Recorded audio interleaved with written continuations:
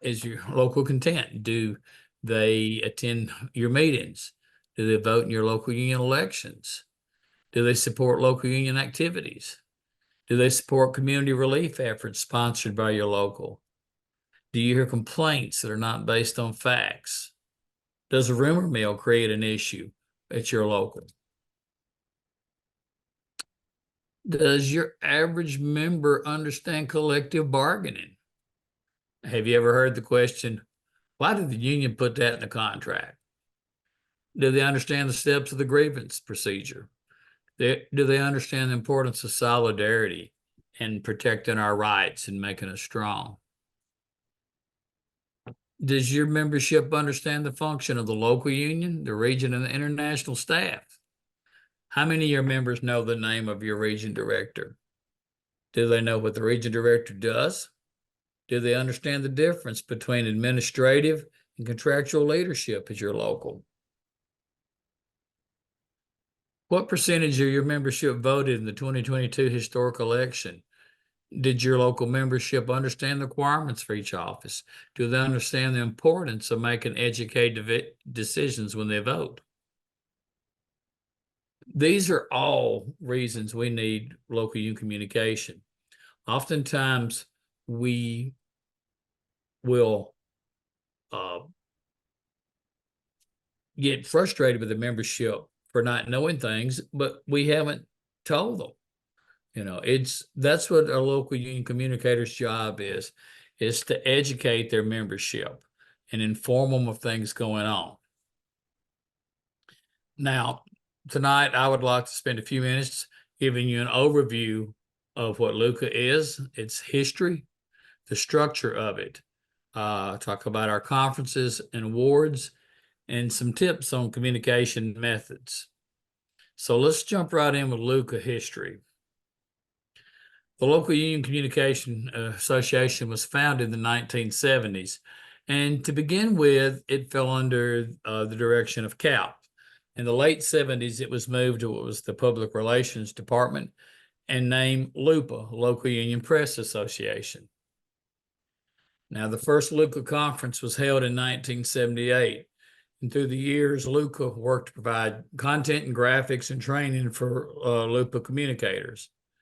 In 2007, the name LUPA was changed to LUCA, the Local Union Communication Association, to be more inclusive of all the new communication methods we have these days. Because in the old days, pretty much everybody had a paper, and so press worked, but that doesn't work anymore because now we have a whole bunch of different ways we can communicate. Now, like everything else, Luca has a structure. We have our own bylaws. And it's all done according to the wishes of the International Union. Now, as far as belonging to Luca, local unions can join, retiree councils, women councils, CAP councils, regions, pretty much any type of group within the UAW can be a member of Luca. Now, it's important to remember that locals belong to Luca, not individuals. A local union leadership will apply for membership to Luca, and then they will assign Luca reps within their local. And when we give awards, the awards are given to the local since they're the one who actually holds the membership. So an individual can't apply just to join Luca. The local union has to do it. And if you're not a member of Luca, if you go to the UAW website under About, go down to UAW Luca, you can a local union president can apply for membership there.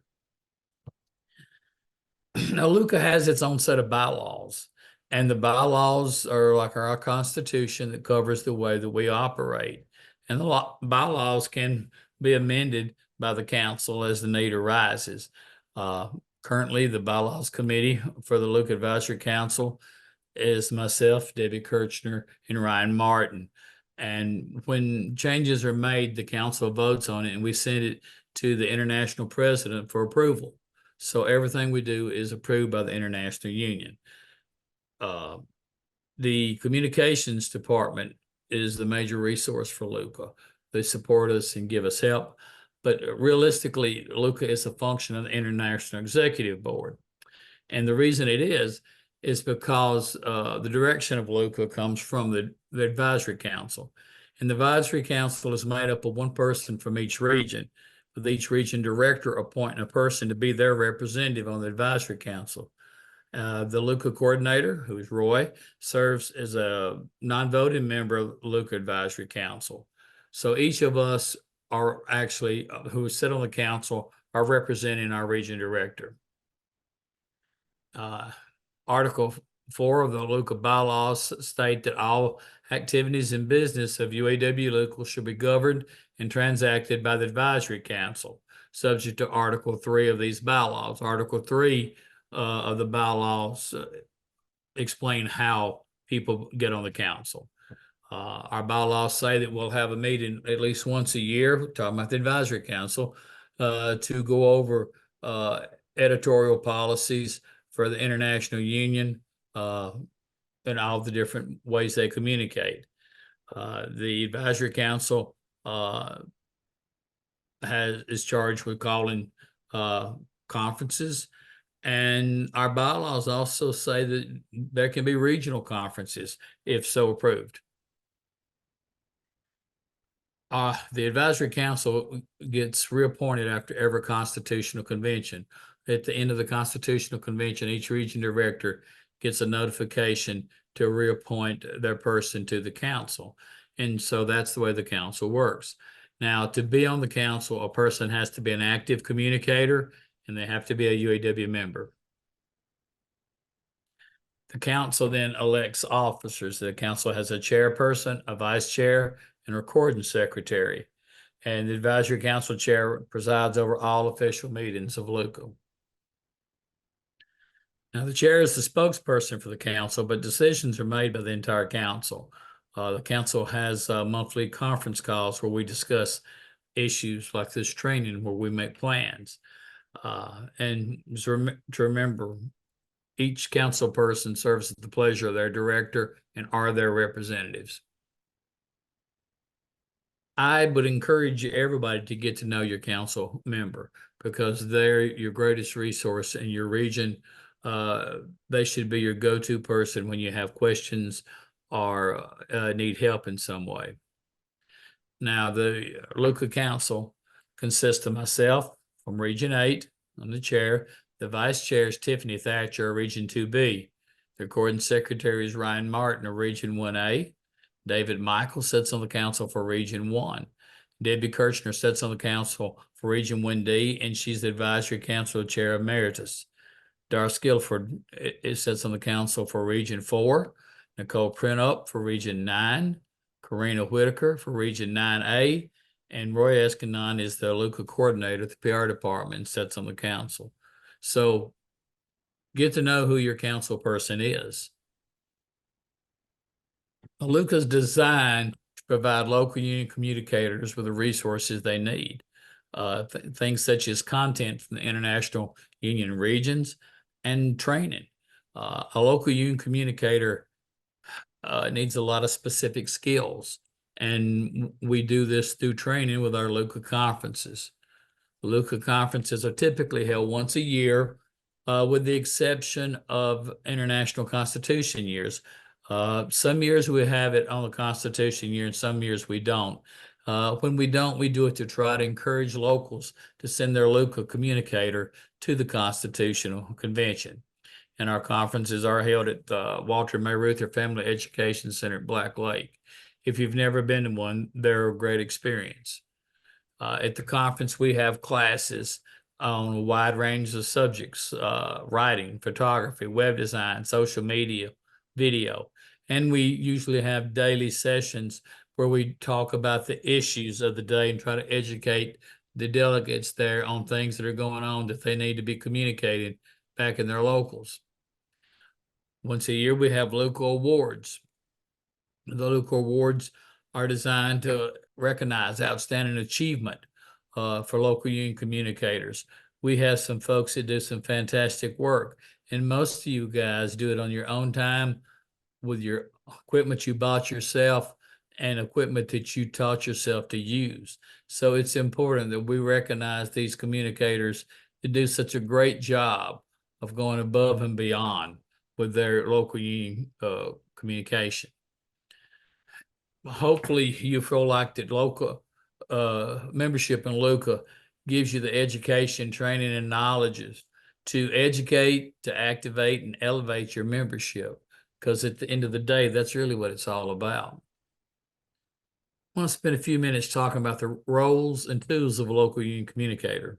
The local union communication should focus on the issues that your local faces.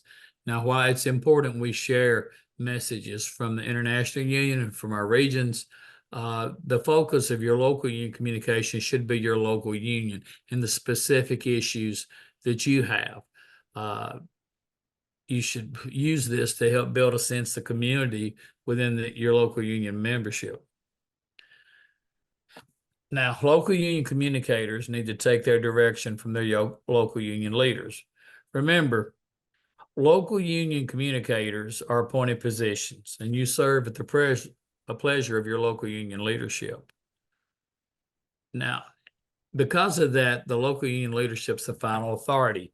Your membership elects who they want to be the local union leaders, and they set the agenda for the local union, and that includes communication.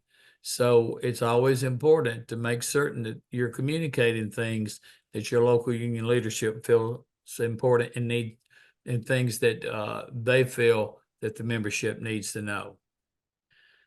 Now, I'm going to get on a soapbox for just a moment here. I'm going to ask you a question. When is a local union communicator off duty? And I think the answer is never. Your actions and statements, social media posts can impact your credibility as a communicator. And sometimes people say, well, I can post what I want to on my personal page. And that's true, you can. But if you post something on a personal page that impacts your credibility as a communicator in your local, then it could really hurt your effectiveness. Even on your personal page, I would always ask, before you post something, is it factual? Is it relevant? And does it answer questions or create questions? You know, as local union communicators, we should be answering the questions that the membership have, you know, and that includes the things you post on your personal page, because unfortunately, it's very difficult to separate yourself from your role as a local union communicator when you make public statements. Back when Debbie and I started this, everybody had papers. And I've been doing this a long time, and Debbie's been doing it longer than I have. You know, in the time since we began, websites have come along, and then social media, video. These days we got Instagram, we got Facebook, we got Twitter/X. You know, we have TikTok, we have YouTube channels. So today there's all kind of new tools we can use. These tools all have strengths and weaknesses. I think a local should have a plan for communication.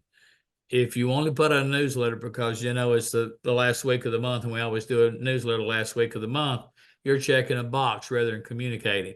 Your communication should be planned around the things that your local needs to know. Now, being an effective local union communicator requires a lot of different skills. You have to wear a lot of different hats. Personally, I think the most important one is writing. If you're a local union communicator, at some point you're going to have to write. To do this, your writing needs to look professional. You need basic grammar skills. You need knowledge of the issue and ability to gather the information and put it together. Debbie teaches an outstanding writing class at the Luca conference. And if you haven't taken it, I'd really recommend looking into that. You need photography skills. Images help tell the story, and photos bring stories to life. in printed publications, on websites, on social media. Uh, these days, we're all walking around with a camera in our hand all the time. In terms of a cell phone, our cell phone can double as a camera. So we have more opportunities these days to take photographs. You need computer skills. You need some basic layout and design skills. Uh, there's lots of programs out there, and everybody uses a different one, but you need to find one that works for you. These days, digital media is pretty much where it's at. Web design, and I'm not going to lie to you. Web design can be a very daunting task. It's a lot to know. To help with that, the International Union has something called Solid Web, if you're not familiar with it. Solid Web is a form-based system which can allow you to get a website up and going relatively quickly without knowing a lot of coding knowledge. Chris Skelly is the person who heads up Solid Web. On the international page where you can join Luca, there's also a place where a local can ask for access to Solid Web. It's absolutely free, and it's a great way to get communication started. We got social media these days: Facebook, X, Instagram, YouTube, TikTok. All these are way people use to communicate. And sometimes people ask me, well, what should I put on which? You put it all on all of them. The idea of having these are not for different types of communication. The idea is because different people use different methods to receive their communication. So a good communication plan would include all of this stuff and putting it out in a format that each individual member can use in the way that they like to receive information. Podcasting is something that's gaining a lot of popularity. Everybody's so busy these days, people don't have time to read. With podcasting, people can listen to it while they're doing something else. And of course, face-to-face skills. A local union communicator sometimes comes down to talking to a person, and now this requires us to all have knowledge on the issues of the day.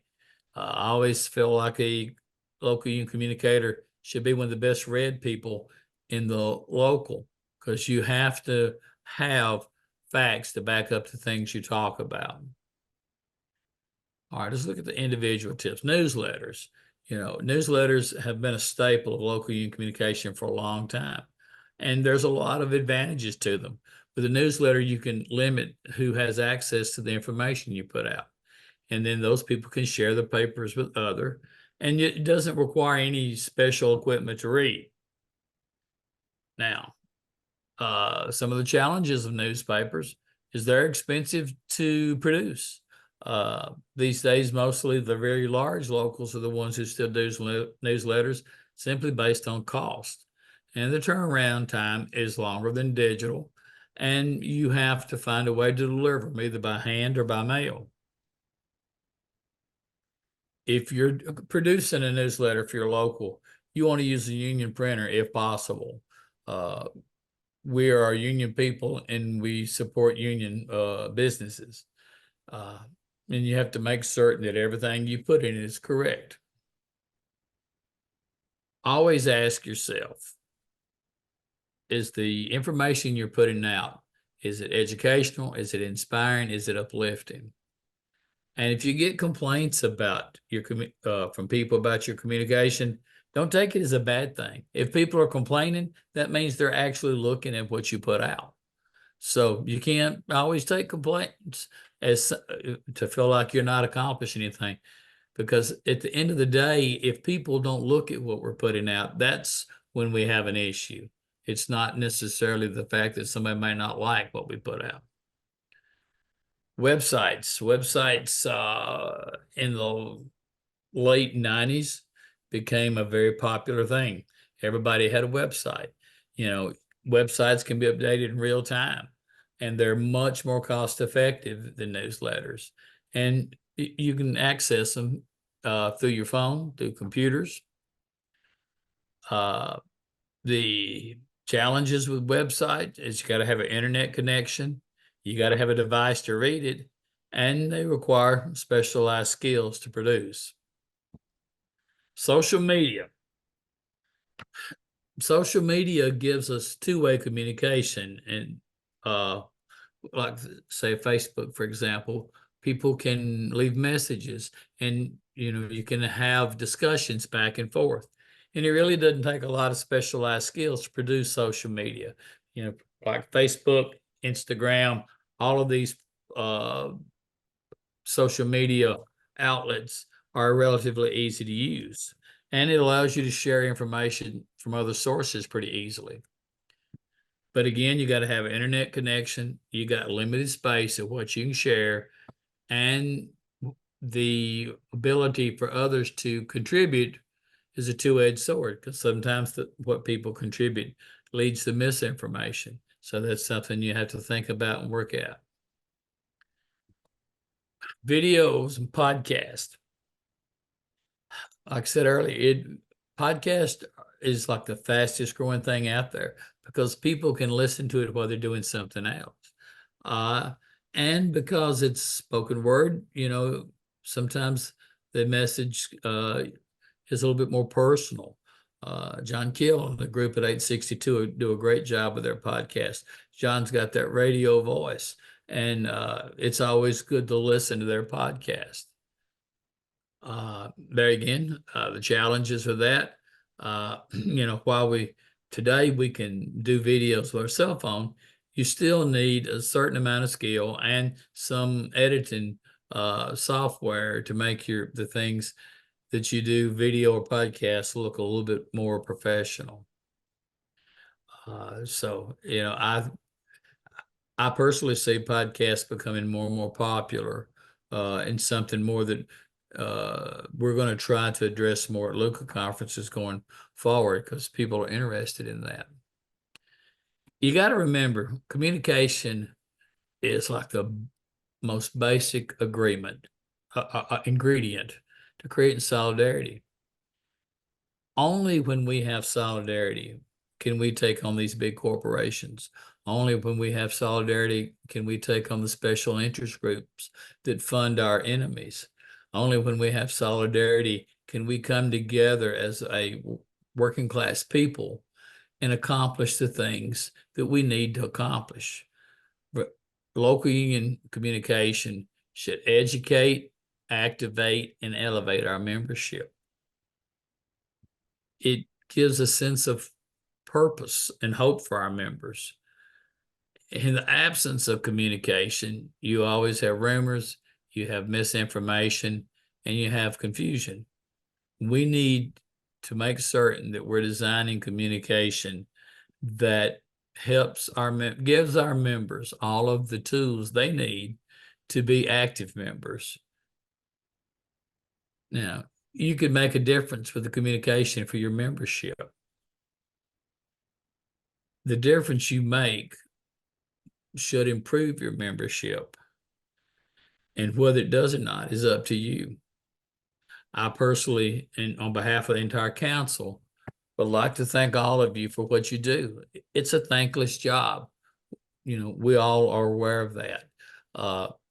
We've all done it. Like I said, the bulk of the people who do local union communication are people who do it on their time. You're not getting a lot of lost time for the local to do it. And people don't always like what we put out, but it doesn't mean they don't need to hear it. Because only when we have all the facts can we create a membership that works to the same goal. And that's what I have. We'd like to open it up now to questions. Let me see. Roy's almost is a lot better off the Zoom stuff than me. Let's go ahead and be adding questions in the chat, and we'll see. We've got Ryan on here. We've got Debbie on here. We've got Roy, myself. Is there any other members of the advisory council on tonight? No, but I don't see anybody from there. John? All right, but we've got several people here who can try to answer question. All right, let's see. Uh, I'm going back to the chat here because I've been talking, so I haven't been able to watch the chat. All right. Let's see. Alexander says, I'm currently not a member and I'm unsure if Local 128, if we're a member or not. We're the newest members of Region 2B. We have our first meeting with our service and rep tomorrow to move forward. If you just joined, brother, probably not, but that's easy to take care of. Just go to uaw.org. Go under about and go to UAW local. And like I said, the leadership has to ask for it. So have your local union president request membership in Luca. Does that answer your question? All right. What else? Who else has a question here? Roy, you want to add anything to that? No, Debbie? that pretty much Ryan? covers it. Most definitely. Great Yes. job, John. Um, Anybody else have questions? Sure, you guys have some questions. This is a question I'll put out to the group, or I'll put out to you as well. Um, as far as in the future, of course, we have a couple training courses that we're looking at doing as far as in the future. Um,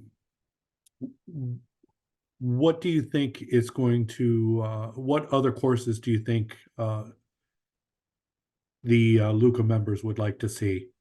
Because again, we have podcasting, we have as far as social media, as well as we have speaking during the elections, speaking to your membership during the elections. Is there anything else anybody would like to see in the future? We are going to try to have several more skills type sessions for the different skills going forward. Okay. All right. Samantha asked, is there anything posted the International wants us to share where we find it? The International's sharing more right now than they've ever done before. Pretty much anything you see on the official International pages, the website, Twitter, Facebook, Instagram, I would encourage you to share as much as you can that you see that's from, but make certain it's from the actual International Union. Miss Bertha wants to know, is Region 8 having its own training conference? Region 8 is having standing committee conference in August, and Luca is being included in the standing committee conference. Myself and Roy will be teaching a workshop at the standing committee conference in August on Luca. So Miss Bertha, so in Region 8, we've also just began a new process of making certain that Luca delegates are invited to all Region 8 conferences and included in the call letters. Let's see. Sarah Smith, planning and launching a newsletter for the ground up for various types, size locals. I tell you, Debbie's really an expert on the newsletter. Debbie, you want to speak to that? Once I get unmuted here. In newsletters, it depends. You can do them simply where you're putting them together and you're printing them, or you can find a printer in your area to print them. You need to convince your leadership that it's worth the money that it takes to do that. And you need to have a staff of people that's willing to actually put the work in, because unfortunately, I think most everyone in this room will agree that being a communicator in your local union is not the highest paying job that you'll have. Most of it is done on our own time for a variety of reasons. Lots of times when you sit down to write an article, you can't think about it if you're sitting at a desk in the office when people are going in and out. It's something that you have to think about and plan on your own time where there's quiet and you can think. But if there's something you're interested in, get a hold of your advisory council member and see if they can give you some more direction. Thank you, Debbie. Lionel Jackson wants to know how to use Photoshop. Uh, I typically teach digital photography at the Luca conferences. One thing we've been discussing is for the next conference to maybe change up the schedule some to give people a chance to take maybe a standard class and then a shortened version class. And if we do that, Lionel, I feel certain Photoshop is something we'll probably try to put in there for maybe, instead of a 12-hour class, maybe 4 hours throughout the course of the week. But yeah, that's something we used to do Photoshop class, but there were so many different things we have to teach now and find room to put them in. It kind of got squeezed out, but that's one thing we've been discussing is for the next conference to try to come up with a way to offer people a chance to take more than one skills class. All right, Big C, the chief. Right now, my local has just 2 members on staff for Luca. How do we get others on the board if they're interested? I would have the local union leadership look at people who are interested. And I think first off, a communicator needs to be a person who has a lot of experience within the union, who knows how to, what the message needs to be. Uh, you know, I would do trial runs rather, and see if they're a good fit, because it's a lot easier to appoint somebody than it is to unappoint them, So, I would invite people to help before you put them on your committee to begin with and see how well they work. Ryan, Debbie, what do you think about that? Well, I think that's, Absolutely. yeah, go ahead, Ryan. Well, just to add to that, there always, you as a labor communicator, you kind of understand the strengths and the struggles of the day-to-day labor communications roles of a communicator. So you become a lot more in tune with identifying potential people that might be able to drop into that role, and then it just becomes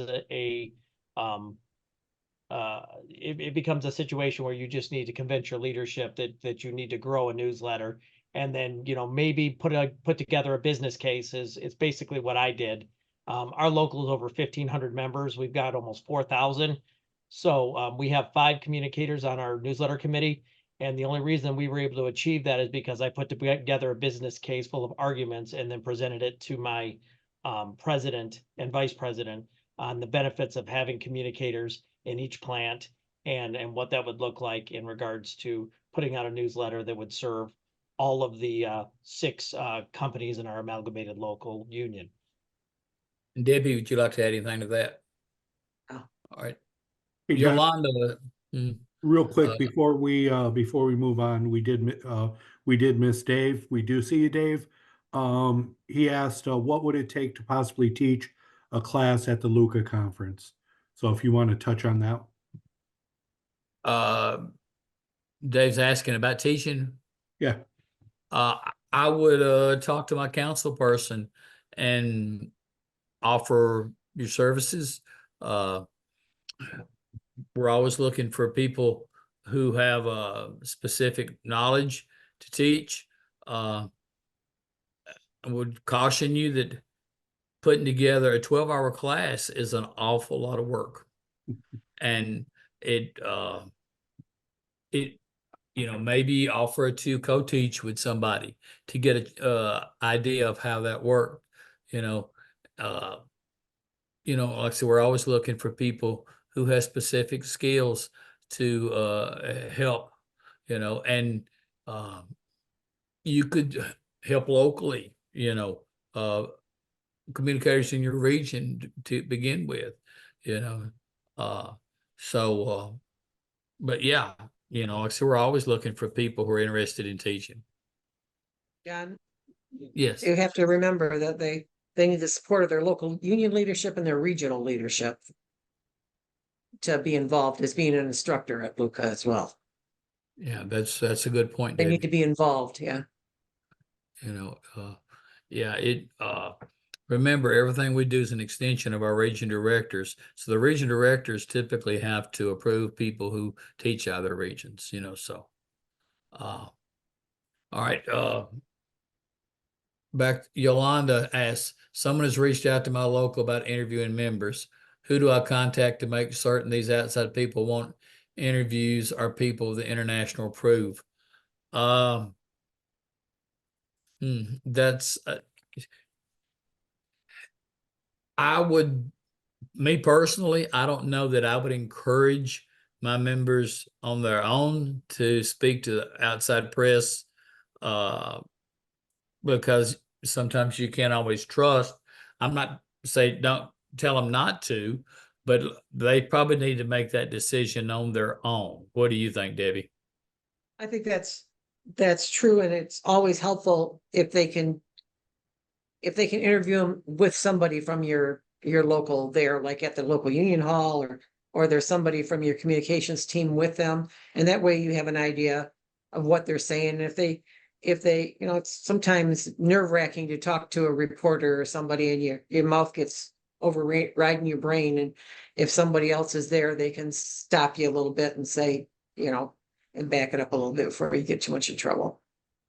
Yeah, one thing to always remember, there's no such thing as being off the record with a reporter. Sarah Smith says their financial secretary vets all interviews and interviewees. That's probably not a bad idea. That makes good sense for sure. Yeah. Gordy wants to know, should we expect any information leading the presidential election? We're going to have one of these sessions with a person from CAP. Is it August, Roy? It's going to be, I believe, August. Let me pull it up. But yeah, August. Hold on. I'll get you the exact date. From CAP, and again with messaging for our members. Oh, actually, for our communicators on how to reach out to our members. So yeah, that's going to be, hold on, August is social media strategies, excuse me, and then September 10th, we're going to have a webinar on basically 2024 election communications. So we will be having a member from CAP discussing, as far as our stand on candidates, as well as how to hopefully effectively communicate with our members why we supported that candidate. So, which should be helpful. And John, if they have a certain kind of information they're looking for, it'd be helpful if they put it in the comments on the chat, so we know kind of what information people are looking for. Maybe we can help direct it a little bit. Any other questions? Did I miss anybody's question? Because I'm trying to talk and watch the scroll, and so if I missed it, I apologize. But if I missed one of yours, somebody just speak up, okay? Kenneth says, speaking of elections and saving respectability among your members, what if you're in an area where supporting union sanctioned candidates hurts your credibility? Your credibility is never hurt when you speak the truth. Mm-hmm.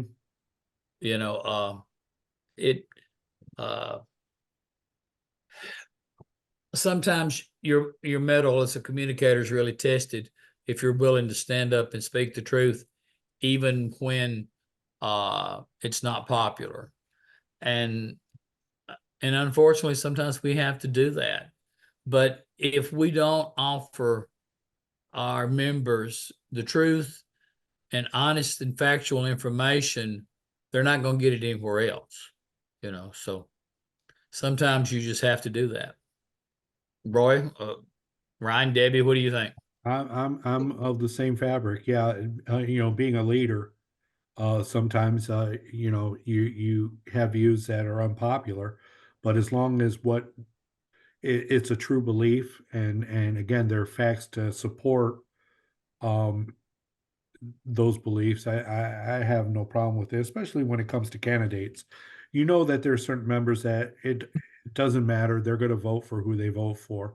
But if I think for the most part, the candidates that the UAW has always stood by are pro labor candidates, and again helping the working class out.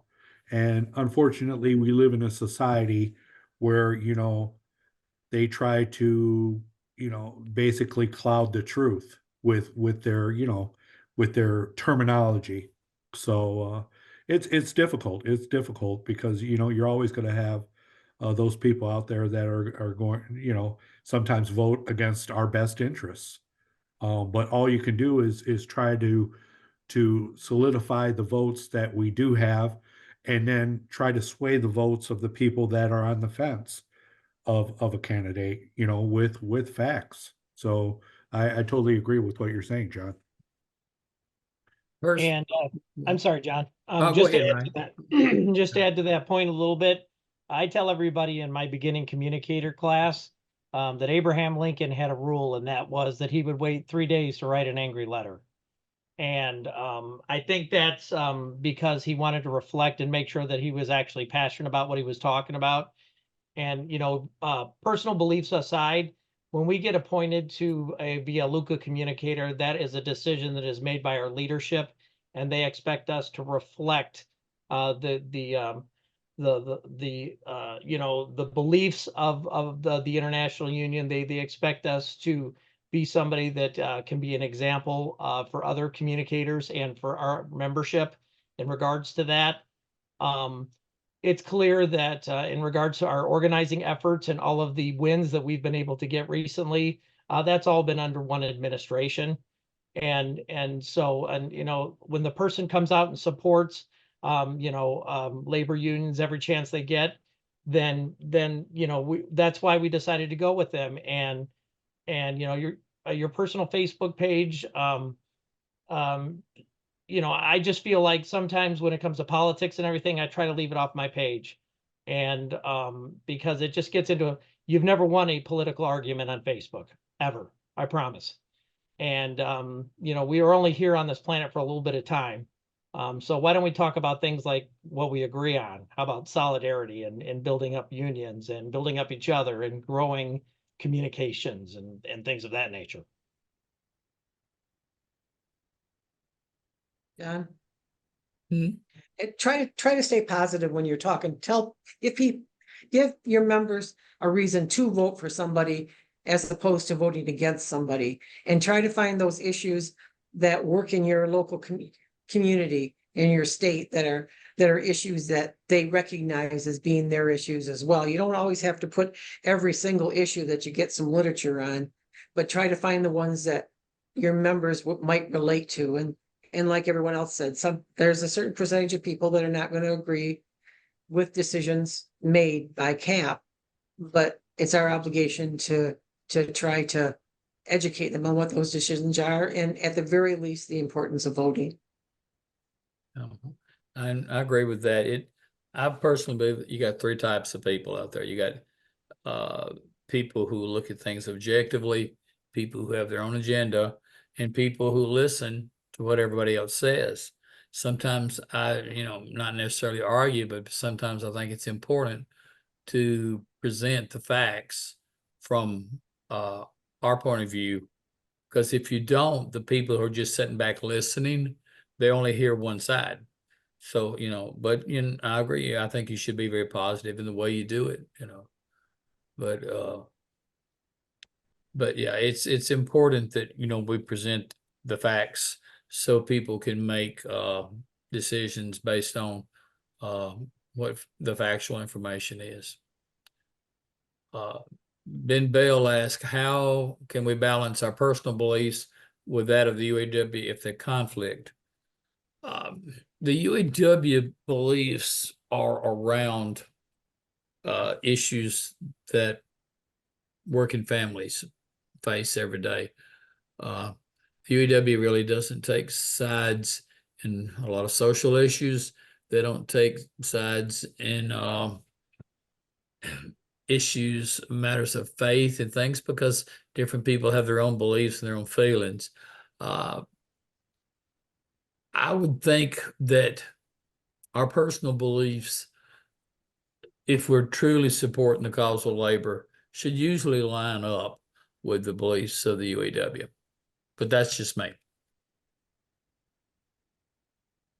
Okay, we got about 3 minutes, John. So if you want to. let's see. All right, I'm trying, and guys, I really apologize if Gordy says their framed messaging sounds better than our solid truths. Framed messaging is a very nice way to say lies, Gordy. You know, the truth always stands. And like Roy said, we're running out of time. We had what, about 30 some odd people on the call tonight, Roy? Pretty So, much. Yeah. you know, and for a first one, I'm very pleased. I hope you guys were happy. If you really enjoyed it, go to the Luca Facebook page and encourage people to sign up next time. You know, if you enjoyed the presentation tonight, I'm John Davis. If you didn't, put down Roy did a terrible job presenting tonight. And John, we expect this to be available on video Yeah. sometime for people that missed it. Yes. I guess Roy. Yes, Yeah. we're gonna work on that. Again, it's a work in progress because we're learning the ins and outs of this.